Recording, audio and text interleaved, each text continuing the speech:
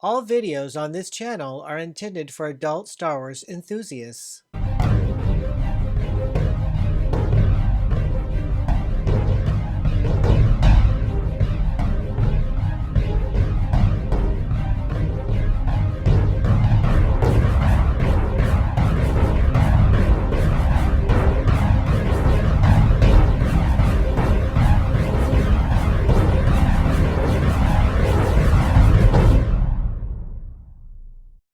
Hello, and welcome to A Fan Reads Bantha Tracks. This time, I'm going to read Bantha Tracks issue number 22, November 1983. So exciting! Few months after the release of Return of the Jedi, and it was fabulous. I've seen it hundreds of times. The topic of this issue of Bantha Tracks is model making. Here we go! Supervising model makers Lauren Peterson and Steve Golly were responsible for managing the construction of more than 175 miniature spacecraft and sets for Return of the Jedi. Working with a team of up to 25 model makers, they created models and sets for the space battle and the rebel attack on the Death Star.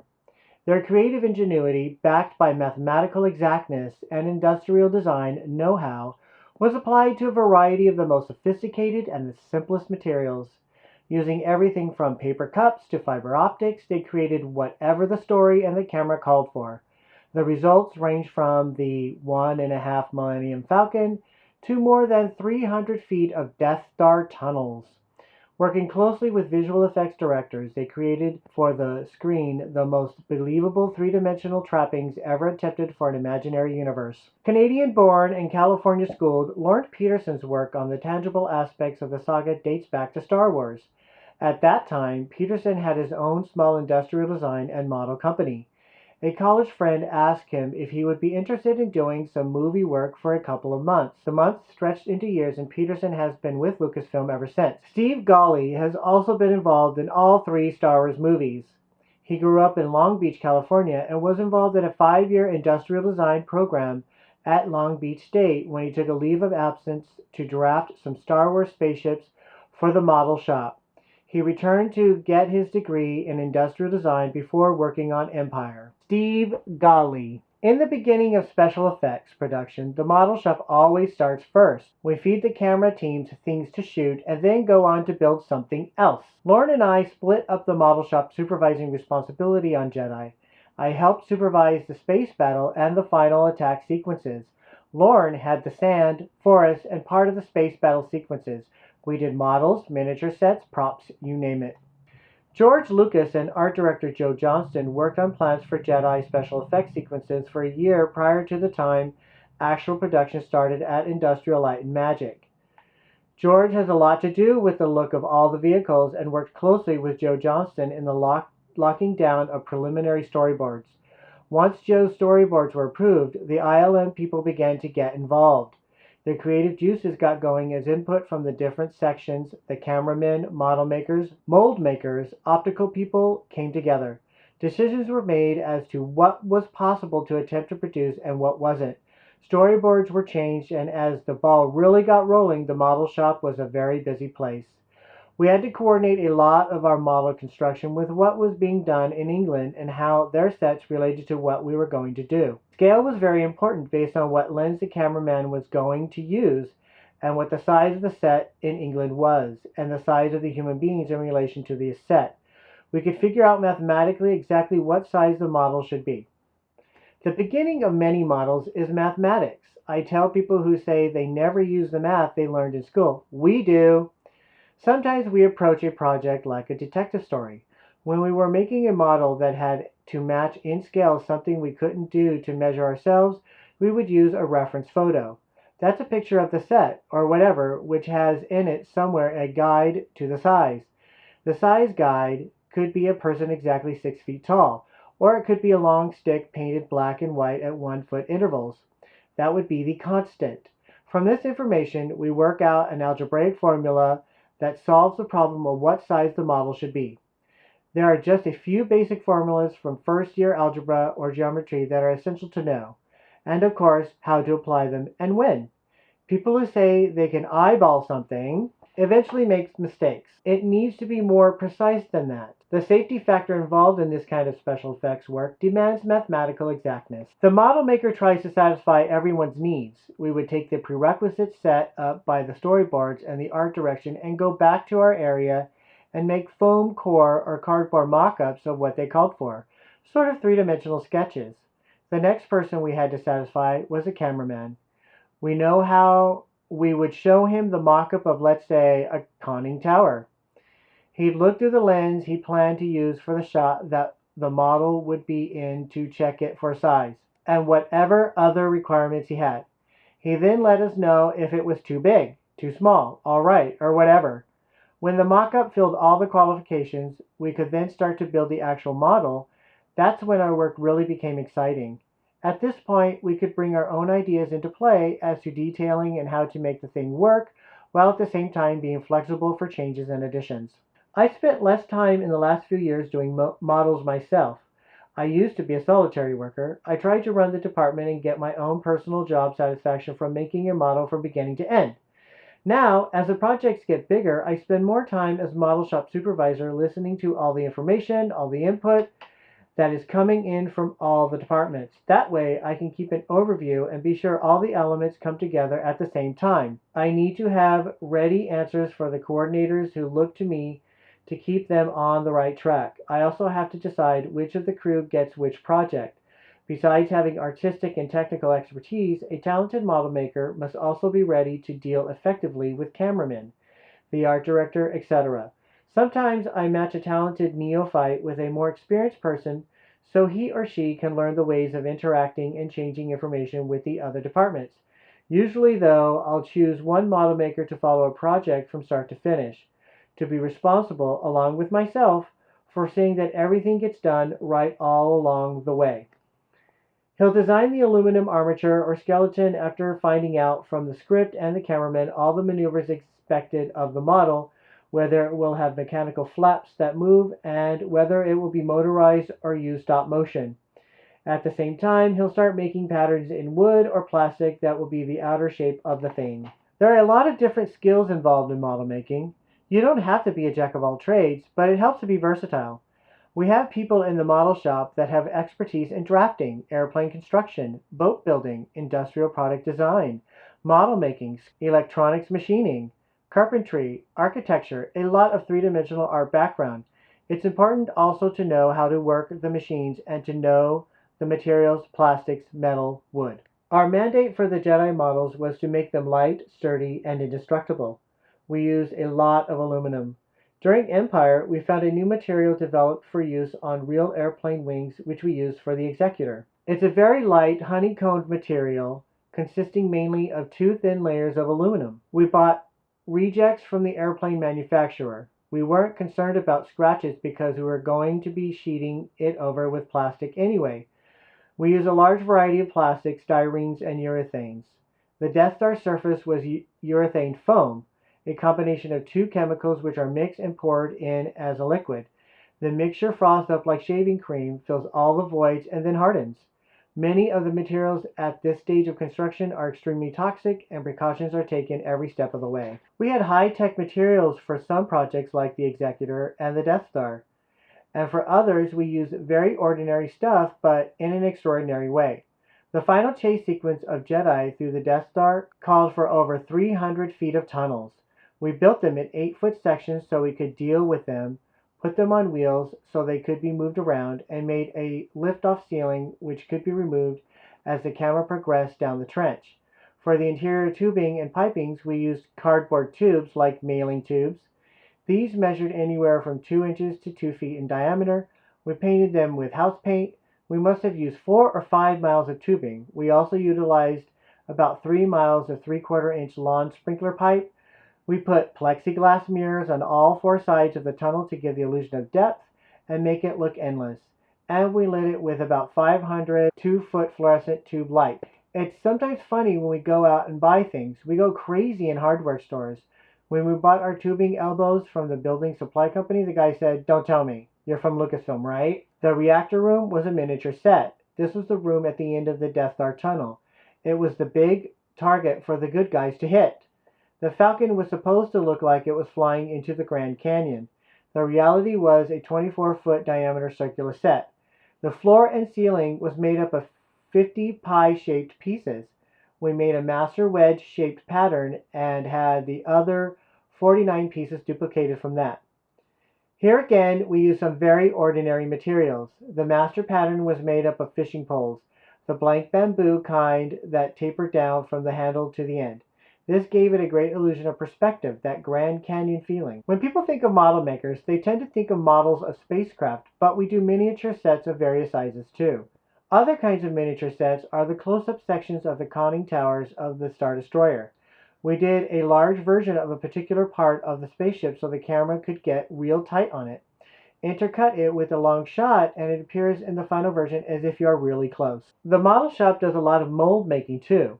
When we know we will need more than one of a particular model, we have to decide whether to make two models from scratch or make one model and then make molds from that master. Models built from scratch are often quite fragile. They have a lot of glued on parts which tend to pop off when they're bumped, whereas parts that are molded of a homogeneous material are really quite durable. Our decision to go with models or molds has to do with which factors are most important on any given project: their cost, durability, and the uses they will be subjected to. If the model will be exploded in a battle scene, then of course we go to molds. Industrial designers do a lot of mold making, as do people with an art background in sculpture. It's often hard to find good mold makers who have a combination of these two types of skills. Wesley Seeds and Sean Casey have backgrounds ideally suited to what we needed at ILM. They perfected a brittle wax technique using a glove mold which we use to make parts of the TIE fighters. Each part is delicate, but doesn't break until we want it to. The mold is made so that some of its parts have little trap doors which allow explosives and wires to be put in at the last minute, after the model is put together from the molded pieces. Sometimes the time factor is the only thing that dictates how a project should be approached. A tough time factor can breathe life into things, or it can be terribly frustrating. The Executor had to be done in 7 weeks. We worked 7 days a week, 14 to 15 hours a day to get that done on schedule. During that time, we had a bunch of boxes piled up in the back where one of our guys would go about once a night to kick them around and let off steam. We all learned a lot working on that model. Originally, Darth Vader's ship was to be the Star Destroyer, but George wanted a special ship, one with more identification. Long and spiky with a different color, an entirely different look to it. We built it as an incomplete model, so he wouldn't have to build as elaborate an armature.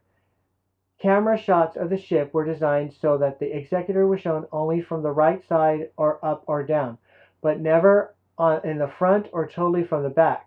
However, further down the line, shots were programmed for which the ship had to be mounted from the other sides, so we had to go back anyway and retrofit. It's been our experience that if we don't do a model to the nth degree right off, we'll have to do it later on. Some things are just more fun to do than other things. Whether or not you're pressed for time, we had a last-minute insert shot on Jedi for which we had to come up with something quickly. An existing shot in the scene where R2 and 3PO fell off the bridge head first into the sand had to be adjusted so as to give the illusion of the skiff coming over to throw down magnets to pick up the droids. We had lost the magnets that were used on location shooting in the desert, and we had to make some real fast. Looking around at lunch, I noticed these interesting shapes underneath the patio tables which hold up the umbrellas. They looked like magnets. We filled 2 of them with water, added some electrical conduit, some vacuum form shapes, and we had magnets. I really get a kick out of using found objects. When we were constructing the parts for the shield generator on Endor, we used large plastic cups glued on top of each other and little pill cups stacked on top. We put little rocket motors from a kit on top of that and painted the things orange and silver. If we can't find what we need without starting from scratch and it looks the way we want it to, that's great. We have a certain way of looking at objects that someone else might throw away. It's part of the fun of making things. If I had to pick a model I enjoyed doing the most, it would have to be Boba Fett's ship. Slave One was designed for Empire by Nilo Rodis Jamero. What inspired his design of the ship were the light pods that hang in the street. Everyone looks at them every day. On top of the column that goes up and arches over the street, the light has a little flanged, bulgy thing that heads off to the nose. Well, if you take off one of those things and turn it on its side, it looks something like Slave One. Of course, the ship changed a lot from its original inspiration, but you can still recognize the origins. When I was building it, we found a Porsche model kit, a monstrous 16-inch model, which has happened to be a model of a car I have, and had a lot of parts we could use on the prototype. The rear end of the Slave One has the big fender parts and the Porsche's hatches and doors all incorporated into it. It tickled me to do that ship. Things have changed a lot over the years since the first Star Wars movie. Every time you show a film to the movie-going public, you are educating them, making them expect more. So you're setting yourself to top your own efforts next time. It was okay after Star Wars to have all space vehicles move faster and maneuver more dramatically, swooping and coming in from different angles. From the start, Empire storyboarding was more exciting and dramatic than what came before. Star Wars, though, is always going to be unique. No one had ever done that before. The challenge to the model makers on Star Wars was really just to get the job done. We were trying to bring three-dimensional reality to what George saw his vision. In Empire, everyone was developing new techniques as they went along. A new kind of filming was used for the snow scenes, which replaced blue screening. What they learned on Empire using stop motion resulted in the development of Go motion, which reduced the clickiness and jerkiness of movement in creature models. From each challenge, you learn something you can add to your bag of tricks that will be the solution to a problem farther down the road. We had a disaster with a Star Destroyer on Empire, which we had to learn from very quickly. Like many others, this model was lighted using fiber optics. There was a light source at the center of the model, a bright hot light that faces into the end of the fibers, channeling the light from the source to the clipped off ends. If the cameramen don't turn on the cooling fans or hook up the cooling air which is piped in, the light source will get hotter and hotter until it melts all the fiber optics, and then the rest of the ship. One day it happened, the fiber optics were burning out on the Star Destroyer.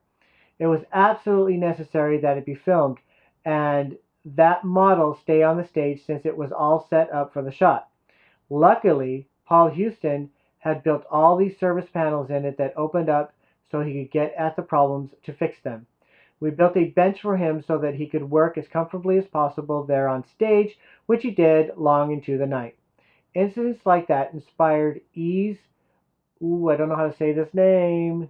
It's Young to build hairdryer fans right into the engines along with the fiber optics on all the models that were large enough. If the heating element is on, the fan is on. No more meltdowns. It does seem that the rising sophistication level from movie to movie is in technique rather than in the look of the models themselves. Jedi is unique in that the complexity is amazing. The camera techniques and the creativity behind the camera provide what the audience sees in the final product. How a model enters a frame, all those brilliant moves, the directors of photography on the show, Murin, Ralston, and Edlin did quite a job.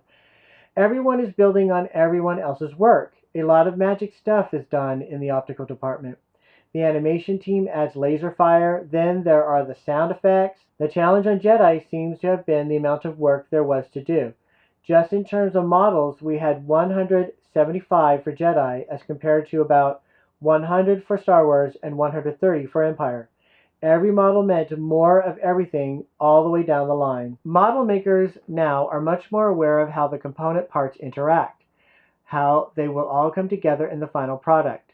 From the start, we have an idea of what we are heading toward as a whole. We are all involved in the team effort of tossing and blending and coming up with a good product.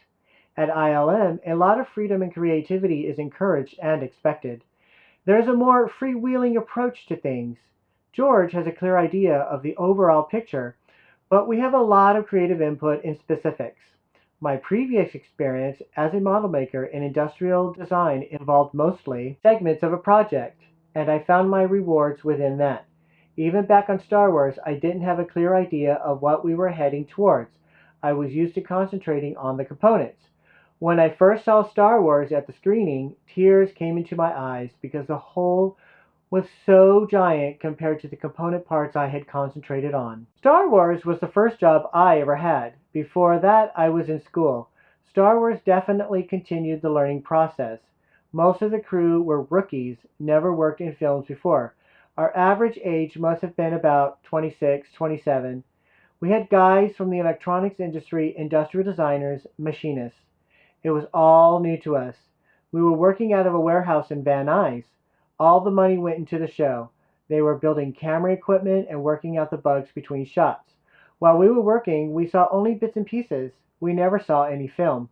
When I saw Star Wars, I couldn't believe I worked on the movie. I think most people at ILM would say that they have a lot of fun making movies, even on days when I feel dragged out physically.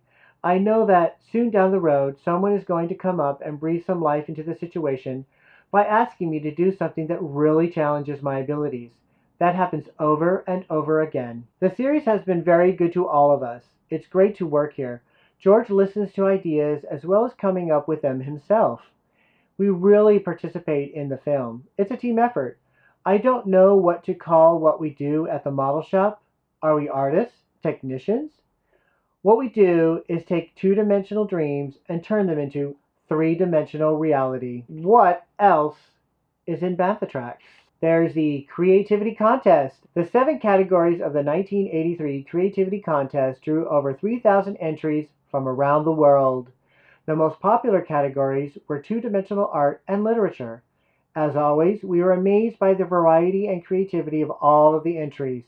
Judging was very difficult and a challenge to everyone involved. Final judging decisions were based on creativity rather than technical ability. Age was also taken into consideration. We thank everyone for entering, and now we are pleased to announce the 1983 Creativity Contest winner!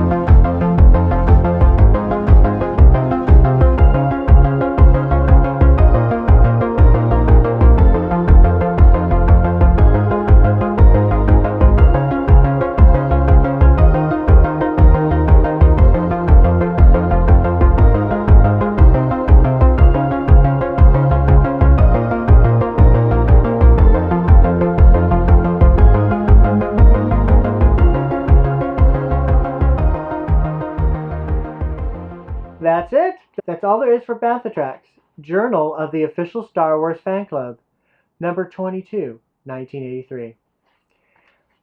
Thank you for watching, and may the Force be with you.